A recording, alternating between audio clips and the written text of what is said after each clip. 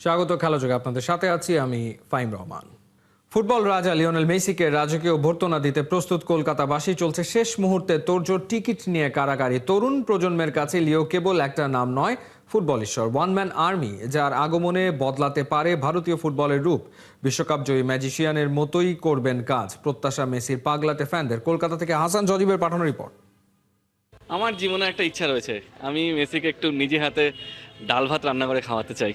সামনে পেলে হয়তো বলার জন্য এখন অনেক কিছুই বলতে পারি, কিন্তু সামনে পেলে হয়তো অতটা রিয়াক্ট করতে পারবো না। ইন রিয়ালিটি একটা স্টাক হয়ে যাব, হয়তো পা ধরে মানে তার পাটা একবার স্পর্শ করবো, এই আর কি। ভক্তদের সে কি আবদার, লিওনেল মেসিকে কাছে পেলে কত কিছুই না করার বাসনা। যদিও মেসিকে কাছে পেলেও সেটা দূর থেকে পিপিলিকা দেখার মতোই, তাতেই উন্মাদনার কমতি নাই কলকাতাবাসীর। কেননা মানুষটা যে লিওনেল মেসি। শহরের অলিগলি পেরিয়ে সবখানে মেসি মেসি রব। 17,000 কিলোমিটার দূরে থাকা মানুষটা শুধু একজন ফুটবল খেলোয়াড় নন, কলকাতাবাসীর আবেগের নাম ভালোবাসা। রাজার আগমনে নতুন করে সাজছে তার অলিখিত রাজ্য। প্রস্তুত লিওর পাগলাটে ফ্যানরা। ফুটবল আমাদের কাছে একটা তীর্থের মতো, আর সেই তীর্থের ভগবানকে আমরা দেখতে পাবো। 2011-তে যখন এসেছিলেন, ছোট ছিলাম, বাড়ির কিছু রেস্ট্রিকশনের জন্য আসতে পারিনি, কিন্তু ফাইনালি বড় হয়ে নিজের একটা ড্রিম পূরণ হচ্ছে মনে হচ্ছে। মেসি নিজের মাইকটা ড্রপ করে দিয়েছে, নিজের খেলা দিয়ে বুঝিয়ে দিয়েছে, where is Messi, hair is Messi. এটা আমার দাদা বাবা থেকে পাওয়া। ছোটবেলায় দেখেছি বাবা মারাদোনার ভক্ত, সেখান থেকে দাদা, সেখান থেকে আমি, এবং এটা লেগেসিটা কন্টিনিউ থাকবে। 18 তারিখে ওয়ার্ল্ড কাপ জিতেছিল, 19 তারিখে 12টার সময় আমি ট্যাটুটা করি। যা হবে হবে, কোনো অসুবিধা নেই, আমি এটা করব। তাতে চাকরি না হলে হবে না, যেটা হবে সেটা হবে, কপালে যেটা আছে। না, এতটা পাগলামি এতটা করার দরকার ছিল না। শরীরে এতটা জায়গা নিয়ে একটা কালি ভরে এটা কি, কিন্তু আমি সবার প্রতি অ্যান্সারেবল না। কিন্তু অনেক ফ্রেন্ড এরকমও ছিল তারা সে আবেগটা বোঝে, যারা আর্জেন্টিনা সাপোর্টার না হয়ে, মেসি সাপোর্টার না হয়ে, অ্যাজ এ ফুটবল প্রেমিক তারা বোঝে যে এটা কতটা সিগনিফিক্যান্ট। একটা এত কিছু বলা হয়েছিল 4টে পরপর ফাইনাল হারার পর, এটা খুবই দরকার ছিল, এবং এটা একটা খুব পোয়েটিক জাস্টিস তার জন্য। এটা যদি না থাকতো একটা কোথাও একটা আক্ষেপ রয়ে যেত, কিন্তু সেটা ফুলফিল হওয়াতে খুবই ভালো লাগে। এখন 2011-তে আমার যুবভারতী প্রিয়াঙ্গনে এসেছিল, তখন ভেনেজুয়েলার এগেনস্টে খেলা ছিল, আমার মনে আছে। আসতে পারিনি, কিন্তু তখন টিভিতে খেলা দেখেছিলাম। এবার খুব এক্সাইটেড, খুব ভালো লাগছে। একজন মেসি ফ্যান হিসাবে কলকাতাতে আসছে উনি, তো অ্যাটেন্ড করতে পারো, খুব ভালো লাগবে। বহু সাধনায় পাওয়া টিকিট, যত্নে ভালোবাসায় মুহূর্তটা ধরে রাখা। মেসির আগমন স্পেশাল শুধু ফ্যানদের জন্যই নয়, বরং টালমাটাল ভারতের ফুটবলকে টেনে তুলতে বড় বার্তাই হয়ে কাজ করবে, বিশ্বাস কলকাতাবাসীর। নতুন যেরকম ইউথ একাডেমিতে যারা প্লেয়াররা খেলে তাদের সাথে একটু ইন্টারাকশন হবে, নিজের কেরিয়ারের অনেক এক্সপিরিয়েন্স শেয়ার করতে পারবে ছোট যারা ইউথ প্লেয়ার্স তাদের সাথে। 14 বছর পর ভারতে আসছেন লিওনেল মেসি, তাকে রাজার মতো সংবর্ধনা দিতে চায় কলকাতাবাসী। চলছে শেষ মুহূর্তের প্রস্তুতি, চলছে শেষ মুহূর্তের বেচা কেনা। মেসিকে গলা ফাটিয়ে সংবর্ধনা দিতে হবে, গলা ফাটিয়ে স্লোগান দিতে হবে। তাই তো প্রত্যেকে জার্সি কিনছেন, শেষ মুহূর্তে এসে টিকিট কাটছেন।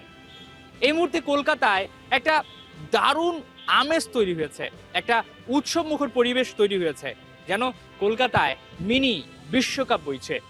হাসান সজীব, 71, সল্টলেক, কলকাতা, ইন্ডিয়া। যারা খেলবে তাদের নিয়েই খেলা চলবে, যারা আসবে না তাদের বিপক্ষে নেওয়া হবে কঠোর ব্যবস্থা। ঢাকার লিগ বর্জনকারী ক্লাবগুলো প্রতি সিসিডিএমের এমন কড়া বার্তা। বিসিবির সিনিয়র সহসভাপতি ফারুক আহমেদ বলছেন, ক্লাবগুলো রাজি না হলে নেওয়া হবে অন্য ব্যবস্থা, কিন্তু খেলা কিছুতেই থেমে থাকবে না। তবে খেলা চালুর পক্ষে থাকায় তামিম ইকবালকে স্যালুট জানিয়েছে বিসিবি। নাইয়ান বিন জসিমের রিপোর্ট। বিপিএল আসন্ন, হোম অফ ক্রিকেট কদিন পর থেকেই হয়ে উঠবে জাঁকজমক আর আলোকিত। কিন্তু আলোর নিচে অন্ধকার উঁকি দিচ্ছে ক্রিকেটাররা মহা দুশ্চিন্তাতে। তাদের রুটি রুজির অন্যতম মঞ্চ ঢাকার লিগগুলোই যে অনিশ্চিত। আবাহনী, মোহামেডান সহ 44টা ক্লাবের লিগ বর্জনের হুমকি। সপ্তাহখানেক আগেই ক্রিকেট ক্লাব অর্গানাইজার্স অ্যাসোসিয়েশনের ব্যানারে সংগঠকরা জানিয়েছে, বর্তমান বোর্ডের অধীনে ক্লাবগুলো অংশ নিবে না কোনো লিগে। নির্বাচনের সময় লিগ বর্জন করা ক্লাব সংগঠকদের সঙ্গে এক কাতারে ছিল তামিম ইকবালও। কিন্তু ক্রিকেট আর ক্রিকেটারদের কথা ভেবে তামিম এখন লিগ মাঠে গড়ানোর পক্ষে। ওল্ড ডিওএইচএসকে প্রথম বিভাগ ক্রিকেট খেলার নির্দেশনাও দিয়েছে ক্লাবটার কাউন্সিলর ও যুগ্ম সাধারণ সম্পাদক তামিম ইকবাল। খান সাহেবকে তাই স্যালিউট বর্তমান বোর্ডের সবার।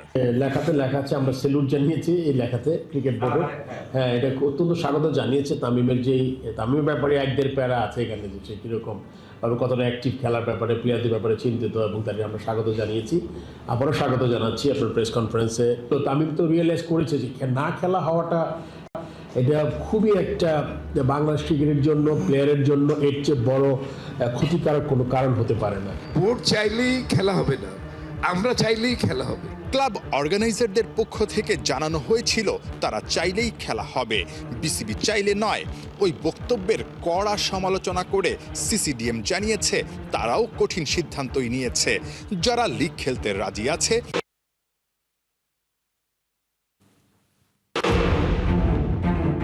বিপিএল আসন্ন, হোম অফ ক্রিকেট কদিন পর থেকেই হয়ে উঠবে জাঁকজমক আর আলোকিত। কিন্তু আলোর নিচে অন্ধকার উঁকি দিচ্ছে ক্রিকেটীয় ব্যস্ততা নেই, তবে দম ফেলার সুযোগই পাচ্ছে না টি-20 দলের টপ অর্ডার ব্যাটাররা। মিরপুরে হেড কোচ ফিল সিমন্স আর সিনিয়র সহকারী কোচ সালাউদ্দিনের অধীনে স্পেশাল ব্যাটিং প্র্যাকটিসের টানা সেশন চলছে। ব্যাটিং অনুশীলনে এবারের টার্গেট ছিল টাইগার ব্যাটারদের বিশেষ দুর্বলতাকে শক্তির জায়গা বানানো। ইমন তামিমদের ব্যাটিং প্র্যাকটিস ফলো করেছেন খালিদ জামিল। শীতের সকালে মিরপুরের সেন্টার উইকেটে 3টে ব্যাট নিয়ে হাজির পারভেজ হোসেন ইমন। ক্রিকেট যেভাবে এগোচ্ছে সেটার সাথে তাল মিলিয়ে হয়তো এই তরুণ তুর্কি নিজেকে ছোটাতে চান 3 গুণ দ্রুত গতিতে। তার জন্য দুর্বলতাগুলো কাটিয়ে ওঠা জরুরি। সামনে বিপিএল তো আছেই, সেই সাথে তামিম ইমনদের প্রস্তুত হতে হচ্ছে টি-20-র মহামঞ্চের জন্য। সেন্টার উইকেটের উপর চকচকে স্ল্যাব, তার উপর একের পর এক আছড়ে পড়ে বল। বিশ্বকাপের উইকেট এমন চকচকে হবে বলেই হয়তো বোলিং মেশিন থেকে নির্দিষ্ট গতিতে আসা এক একটা গোলা সামলান টাইগার ওপেনাররা। তবে প্রতিদিনের রুটিন ট্রেনিং যেটা নয়, ফিল্ডিং প্লেসমেন্ট দেখেই সেটা হলো পরিষ্কার। উইকেট কিপারের সাথে একজন স্লিপ আর বল কুড়িয়ে ফেরত পাঠানোর জন্য বাকি সব ফিল্ডার অফসাইডে। বোঝাই যাচ্ছে ওদিকেই শট খেলবেন 2 বাঁহাতি ব্যাটার, করলেনও তাই। একই দিকে গ্যাপ বের করার চেষ্টা করে গেছেন একটানা, কখনো পেরেছেন, কখনো বা হতাশ হয়েছেন। রিসেন্টলি অফসাইডে রান বের করতে না পারা, বাউন্ডারি হাঁকানোর বাইরে টি-20-র মিডল ওভারে অর্থাৎ পাওয়ার প্লের বাইরে সিঙ্গলস আর ডবলস বের করতে না পারা, এমন বেশ কিছু সমালোচনায় ভুগতে হচ্ছে বাংলাদেশের ব্যাটারদের। টাইগারদের টপ অর্ডার ব্যাটাররা এবার সেই দুর্বলতাকেই শক্তির জায়গা বানানোর চেষ্টা করছেন। গতিময় বলে প্র্যাকটিসের পাশাপাশি ব্যাট ঘুরিয়েছেন স্পিনারদের বলেও। বিশেষ ট্রেনিং এর এক পর্যায়ে মাঠে হাজির বিসিবির বর্তমান cricket operations chairman, the coach of the coaches খ্যাত নাজমুল আবেদিন ফাহিম। সিনিয়র সহকারী কোচের সাথে টুকটাক আলোচনাও সেরেছেন। কদিন আগেই শেষ হওয়া আয়ারল্যান্ড সিরিজের লাস্ট 2 ম্যাচে 43 আর 33 রানে অপরাজিত ছিলেন ইমন। আর বুধবার তার ট্রেনিং পার্টনার তানজিদ তামিম প্রথম 2 ম্যাচে তেমন সুবিধা করতে না পারলেও শেষটাই খেলেছেন অপরাজিত 55 রানের এক ঝকঝকে ইনিংস। তবে বাংলাদেশের এই মুহূর্তে সংকটের জায়গা মূলত মিডল অর্ডার। সেখানে তাওহিদ হৃদয় রানে ফিরেছেন, তবে জাকের আলী, শামীম পাটোয়ারি কিংবা নুরুল হাসান সোহান বেস্ট 11-এই অন অ্যান্ড অফ জোগাতে পারছেন না প্রত্যাশিত ভরসা। তবে সেসবের বাইরে টিম ম্যানেজমেন্ট আপাতত ব্যস্ত সময় পার করছে টপ অর্ডারের তরুণ ব্যাটারদের নিয়ে। সামনের বিগ মিশনে ওদের জায়গায় কেবল পাকা, সেজন্যই কি ব্যাটিং অর্ডারের মাথার ব্যাটাররা দায়িত্ব নিয়ে ম্যাচ নিজেদের ফরে আনবেন, সেটাই আপাতত প্রত্যাশা। আধুনিক টি-20-র সেই ফর্মুলাই অ্যাপ্লাই করতে চাইছে বিসিবি। খালিদ জামিল, একাত্তর। 5 ম্যাচে টি-20 সিরিজটা জমিয়ে তুলল পাকিস্তান নারী অনূর্ধ্ব 19 দল। বাংলাদেশের বিপক্ষে টানা 2 ম্যাচ হারের পর কক্সবাজারে বাঘিনীদের হারিয়েছে 6 উইকেটে। এই ম্যাচ দিয়ে সমতায় ফেরে পাকিস্তান। প্রথম ম্যাচ হারের পর তৃতীয় ও চতুর্থ ম্যাচে জয় ছিনিয়ে লিড নেয় বাংলাদেশ। পঞ্চম ম্যাচে টস হেরে ব্যাটিং করে বাংলাদেশ 126 রান বোর্ডে তুলে অনেকটা সহজ লক্ষ্য তুলে দেয় পাকিস্তানের হাতে। 11 বল ও 6 উইকেট হাতে রেখে ম্যাচ জিতে নেয় সফরকারীরা। আগে ব্যাটিং করেও বাংলাদেশের কোনো ব্যাটার 35 রানের বেশি করতে পারেনি। অন্যদিকে পাকিস্তানের একজন 50 ও আর একজন খেলেছেন 42 রানের নক। শুক্রবার শেষ ম্যাচটা তাই সিরিজ নির্ধারণী ম্যাচ হয়ে রইল।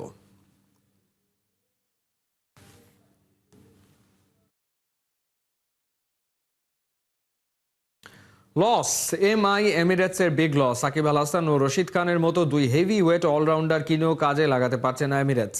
আইএল টি20তে সাকিব রশিদের ব্যর্থতায় পরের ম্যাচে নতুন কাউকে ডাকবে কায়রন পোলার্ডের দল, নাকি রশিদের পর আবার আসবেন টাইগার অলরাউন্ডার? আবু নাইমের রিপোর্ট।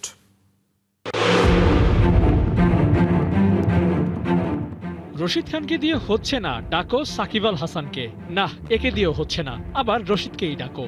আইএল টি20তে এমন ইঁদুর বিড়াল খেলায় মেতেছে এমআই এমিরেটস। কোনোভাবেই এই দুই তারকা পারফরমেন্স দিয়ে সন্তুষ্ট করতে পারছেন না, তবুও চুপচাপ মুখ বুজে এদেরকেই খেলাতে হচ্ছে এমিরেটসকে। টুর্নামেন্টের প্রথম দিনে সাকিব আল হাসানকে স্কিপ করে খেলানো হলো রশিদ খানকে। মাঠে নেমেই রশিদের বাজে পারফরমেন্স ডিসপ্লে, আর তাতে পরের ম্যাচেই সুযোগ আসে সাকিবের, কিন্তু সেটাও এক ম্যাচের জন্য। রশিদের খারাপ পারফরমেন্স যেমন সাকিবকে একাদশে জায়গা করে দিতে হয়েছিল, তেমনি সাকিবের 12 বলে 16 রান আর বল হাতে বাজে বোলিংয়ে ফেরাতে হয়েছে সেই রশিদ খানকেই। এমআই এমিরেটসের এখনো গ্রুপ পর্বের 6 ম্যাচ হাতে আছে, আর এখনই যদি এর জায়গায় ওকে আর ওর জায়গায় একে খেলানো শুরু করে, তাহলে এমিরেটসের জন্য অপেক্ষা করছে কঠিন দিন। অবশ্য কঠিন দিনের বড় ধাক্কা এখনই সামলাচ্ছে এমআই। সাকিব রশিদের মতো দুই বিগ ফিগার দলে নিয়েও লাভ হচ্ছে না, কেউই ম্যাচের ফল পক্ষে আনতে পারছে না। বিশেষ করে রশিদ খান 2 ম্যাচ খেলেও উইকেটের খাতা খুলতে না পারাটা বেশ চিন্তার কারণই বটে। উইকেটলেস রশিদ ব্যাট হাতেও ব্যর্থ। গেল ম্যাচে ডেজার্ট ভাইপার্সের বিপক্ষে 8 বল খেলে 13 রান করে থাকেন নট আউট। শেষ বলে দরকার ছিল 1 বলে 2 রান, সেটিও নিতে পারেননি রশিদ, আর তাতে ম্যাচ হারে এমআই এমিরেটস। রশিদের মতো সাকিবও হাত খুলে খেলতে পারছেন না, তাই দলে আরেকজন টি20 স্পেশালিস্ট অলরাউন্ডারের প্রয়োজনীয়তা যে বেড়েই গেল। দলে মোট স্পিন অলরাউন্ডার আছেই 3 জন। সাকিব রশিদকে বাদ দিলে আমেরিকার তাজিন্দর ঢিলন একমাত্র অপশন, তাকেও গেল ম্যাচে ব্যবহার করে এমআই। 7 বলে 17 রান করে বল হাতে দেন 11 রান। সাকিব রশিদের থেকে অন্তত ভালো করেছেন, তাই এই সময়টা এখন সাকিব আর রশিদ জুটির। তারা যদি ভালো করতে পারেন তাহলেই জিতবে দল, নয়তো হারের বৃত্ত ভাঙার জন্য নতুন পথ খুঁজতে হবে এমআইকে। দেখা যাক এই দুইয়ের বাজে দিনে কে ধরেন দলের হাল।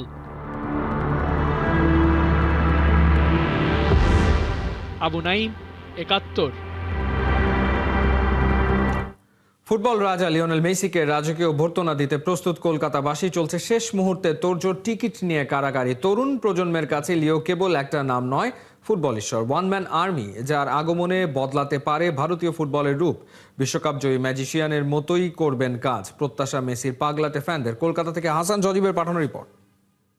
আমার জীবনে একটা ইচ্ছা রয়েছে, আমি মেসিকে একটু নিজে হাতে ডাল ভাত রান্না করে খাওয়াতে চাই। সামনে পেলে হয়তো বলার জন্য এখন অনেক কিছুই বলতে পারি, কিন্তু সামনে পেলে হয়তো অতটা রিয়াক্ট করতে পারবো না। ইন রিয়ালিটি একটা স্টাক হয়ে যাব, হয়তো পা ধরে মানে তার পাটা একবার স্পর্শ করবো, এই আর কি।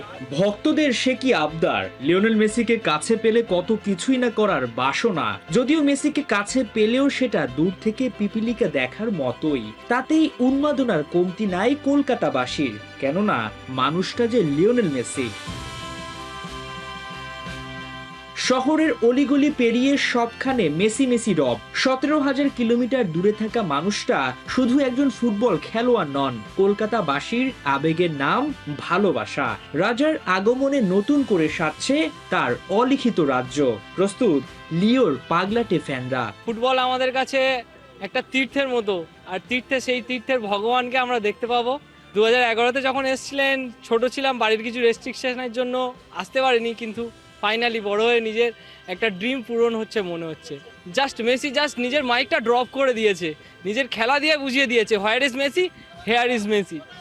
এটা আমার দাদা বাবা থেকে পাওয়া। ছোটবেলায় দেখেছি বাবা মারাদোনার ভক্ত, সেখান থেকে দাদা, সেখান থেকে আমি, এবং এটা লেগেসিটা কন্টিনিউ থাকবে। 18 তারিখে ওয়ার্ল্ড কাপ জিতেছিল, 19 তারিখে 12টার সময় আমি ট্যাটুটা করি। যা হবে হবে, কোনো অসুবিধা নেই, আমি এটা করবো।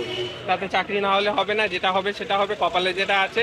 না, এতটা পাগলামি এতটা করার দরকার ছিল না। শরীরে এতটা জায়গা নিয়ে একটা কালি ভরে এটা কি, কিন্তু আমি সবার প্রতি অ্যান্সারেবল না। কিন্তু অনেক ফ্রেন্ড এরকমও ছিল তারা সে আবেগটা বোঝে, যারা আর্জেন্টিনা সাপোর্টার না হয়ে, মেসি সাপোর্টার না হয়ে, অ্যাজ এ ফুটবল প্রেমিক তারা বোঝে যে এটা কতটা সিগনিফিক্যান্ট। এত কিছু বলা হয়েছিল 4টে পরপর ফাইনাল হারার পর, এটা খুবই দরকার ছিল এবং এটা একটা খুব পোয়েটিক জাস্টিস তার জন্য। এটা যদি না থাকতো একটা কোথাও একটা আক্ষেপ রয়ে যেত, কিন্তু সেটা ফুলফিল হওয়াতে খুবই ভালো লাগে। এখন 2011-তে আমার যুব ভারতী প্রিয়াঙ্গনে এসেছিল, তখন ভেনেজুয়েলার এগেনস্টে খেলা ছিল। আমার মনে আছে, আসতে পারিনি কিন্তু তখন টিভিতে খেলা দেখেছিলাম। এবার খুব এক্সাইটেড, খুব ভালো লাগছে। একজন মেসি ফ্যান হিসাবে কলকাতাতে আসছে উনি, তো অ্যাটেন্ড করতে পারো, খুব ভালো লাগছে। বহু সাধনায় পাওয়া টিকিট, যত্নে ভালোবাসায় মুহূর্তটা ধরে রাখা। মেসির আগমন স্পেশাল শুধু ফ্যানদের জন্যই নয়, বরং টালমাটাল ভারতের ফুটবলকে টেনে তুলতে বড় বার্তাই হয়ে কাজ করবে বিশ্বাস কলকাতাবাসীর। নতুন যেরকম ইউথ একাডেমিতে যারা প্লেয়াররা খেলে তাদের সাথে একটু ইন্টারাকশন হবে, নিজের কেরিয়ারের অনেক এক্সপিরিয়েন্স শেয়ার করতে পারবে ছোট যারা ইউথ প্লেয়ার্স তাদের সাথে। 14 বছর পর ভারতে আসছেন লিওনেল মেসি, তাকে রাজার মতো সংবর্ধনা দিতে চায় কলকাতাবাসী। চলছে শেষ মুহূর্তের প্রস্তুতি, চলছে শেষ মুহূর্তের বেচা কেনা। মেসিকে গলা ফাটিয়ে সংবর্ধনা দিতে হবে, গলা ফাটিয়ে স্লোগান দিতে হবে।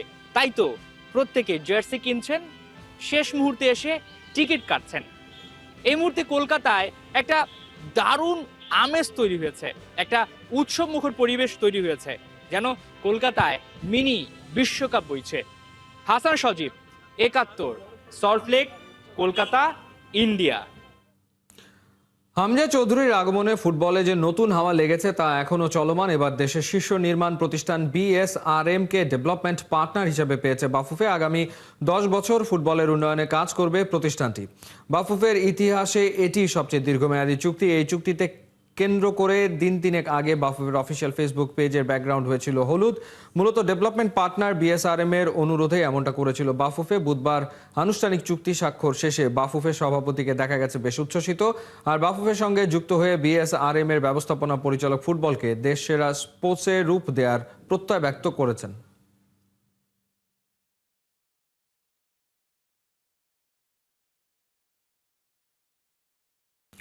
আনুষ্ঠানিকভাবে উপদেষ্টা পরিষদ থেকে পদত্যাগ করলেন নাসিম মাহমুদ সজীব ভুঁইয়া। জুলাই অভ্যুত্থানের নেতৃত্ব দেওয়া ছাত্রদের প্রতিনিধি হিসেবে অন্তর্বর্তী সরকারের যুব ও ক্রীড়া উপদেষ্টার দায়িত্বে ছিলেন তিনি। উপদেষ্টা পরিষদ থেকে পদত্যাগ করার আগে আসিফ মাহমুদ নিজেই নির্বাচন করার ঘোষণা দিয়েছেন, তবে কোন দলের হয়ে কিংবা কোন আসন থেকে তা খোলাসা করেননি। জরুরি ব্রিফিং শেষে বুধবার প্রধান উপদেষ্টার সঙ্গে দেখা করে নিজের পদত্যাগপত্র জমা দিয়েছেন ক্রীড়াঙ্গনের পরিচিত মুখ হয়ে ওঠা আসিফ মাহমুদ।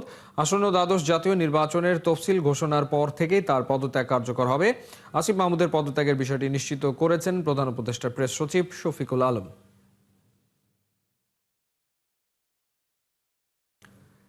নেইমারের ব্রাজিল খেলবে বাংলাদেশে আকাশ কুসুম স্বপ্ন নয়। মেসির আর্জেন্টিনা খেলে গেলে ব্রাজিল কেন নয়? ঢাকায় সেলেসাওদের এনে ম্যাচ আয়োজনের চিন্তা করবে বাংলাদেশে নিযুক্ত দেশটার অ্যাম্বাসেডর পাওলো ফার্নান্দো। আসছে বিশ্বকাপে নিজ দেশকে নিয়ে বড় স্বপ্ন দেখছেন তিনি। বলছেন নেইমারকে বিশ্বকাপের দলে চায় ব্রাজিলবাসী। সাইফুল রূপকের রিপোর্ট।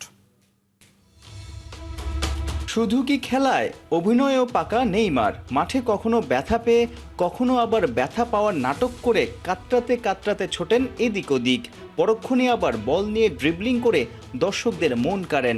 অসাধারণ শৈলীতে জালে বল জড়িয়ে উৎসবে মাতেন। বিশ্বজুড়ে আলোচিত নেইমার, ভক্তের অভাব নাই। হলুদ জার্সিধারী দলটার ফ্যান বাংলাদেশেও কোটি ছাড়িয়ে। কত শত দিন টেলিভিশনের পর্দায় নেইমারদের ভালো মন্দ পারফরমেন্স দেখে বাংলাদেশি ভক্তরা নেচেছে, কেঁদেছে। বাংলার মাটিতে কবে দেখা যাবে 5 বারের বিশ্ব চ্যাম্পিয়নদের? ঢাকার জাতীয় স্টেডিয়ামে মেসির আর্জেন্টিনা খেলে গেছে। বিশ্বকাপ জেতার পর আর্জেন্টিনার অতন্ত্র প্রহরী এমিলিয়ানো মার্তিনেস বাংলাদেশে ঘুরে গেছে। সেলেসাও ভক্তদের অপেক্ষার প্রহর কবে কাটবে? বাংলাদেশে নিযুক্ত ব্রাজিল অ্যাম্বাসেডর পাওলো ফার্নান্দোর কথাতে কি আশা দেখা যায়? It's not easy to get the Brazilian national squad together because the players are scattered all over the world. It's a very expensive team. Brazil দলটাকে পাওয়াটা কিংবা বাংলাদেশে আনাটা মোটেও সহজ না, অনেক ব্যয়বহুল দল। যদিও টাকা খরচ করে ওদের আনাটা বাংলাদেশের জন্য কঠিন হবে না, আমার মনে হয় না আগামী 1 বছরের মধ্যে ব্রাজিল দলকে এখানে এনে খেলানো যাবে। কারণ সামনেই বিশ্বকাপ। হয়তো বিশ্বকাপের পর চেষ্টা করা যেতে পারে। I don't see happening next year. Forget about it because you have the World Cup. 22 কাতারে 36 বছরের অপেক্ষা শেষে আর্জেন্টিনা আবার ওই বিশ্বকাপ জিতে আনন্দে মেতেছে। ব্রাজিল ভক্তদের অপেক্ষা হতাশা কি সামনের বছরেই কাটবে? সবশেষ 2002-এ বিশ্ব চ্যাম্পিয়ন হয়েছিল রোনালদিনিওর Brazil. National feeling about Neymar, right? Because it's just as if নেইমারের প্রতি ব্রাজিলবাসীর অন্যরকম বিশ্বাস আছে। তারা মনে করে যদি নেইমার তার সামর্থ্যের 70% দিতে পারে তাহলে যে কোনো ম্যাচে ব্রাজিল এগিয়ে যাবে। তাই সবাই আশা করছে বিশ্বকাপ জেতার মিশনে ব্রাজিল কোচ কার্লো আনচেলত্তি যেন নেইমারকে দলে নেয়। Carlo Ancelotti and they think that let's go and win the World Cup. ভাবছেন ব্রাজিল দল নিয়ে ঢাকায় দেশটার অ্যাম্বাসেডরের এত কথা বলার রহস্যটা কি? বাংলাদেশে লাতিন বাংলা সুপার কাপে খেলছে ব্রাজিলের সাও পাউলোর ক্লাব সাও বার্নার্দো। বুধবার সকালে সেই দলটার বেশ কজন সৌজন্য সাক্ষাৎ করেন অ্যাম্বাসেডরের সাথে। সে ব্রাজিল দল ও বাংলাদেশের ফুটবল নিয়ে নিজ ভাবনা জানান mister Paulo Fernando. The girls team, because I think they are doing better than the boys. বাংলাদেশের মেয়েদের দলটা ছেলেদের থেকে বেশি ভালো খেলছে। আমি পত্রিকায় অনেকবারই তাদের সাফল্যের খবর পড়েছি। ফুটবলে বাংলাদেশের ভবিষ্যৎ আছে, এগিয়ে যাওয়ার পথে ব্রাজিলও পাশেই আছে। Than the boys are. So, but I think there's a future for football in Bangladesh. বাংলাদেশের আতিথেয়তা দর্শকদের আগ্রহ বেশ মনে ধরেছে ব্রাজিলের এই ফুটবলারদের। নিয়মিত দুই দেশের খেলা হলে মজবুত হবে বন্ধুত্ব, বিশ্বাস ওদের। Momento lá no estádio, nós entrando no busão, eles batendo Neymar e é só agradecer mesmo. Saiful রূপক, 71। চলে এই মুহূর্তের খেলা যোগে সরাসরি সংবাদ অনুষ্ঠান দেখতে চোখ রাখুন 71-এর ফেসবুক পেজে এবং সাবস্ক্রাইব করুন 71-এর ইউটিউব চ্যানেল। 71-এর সাথেই থাকুন।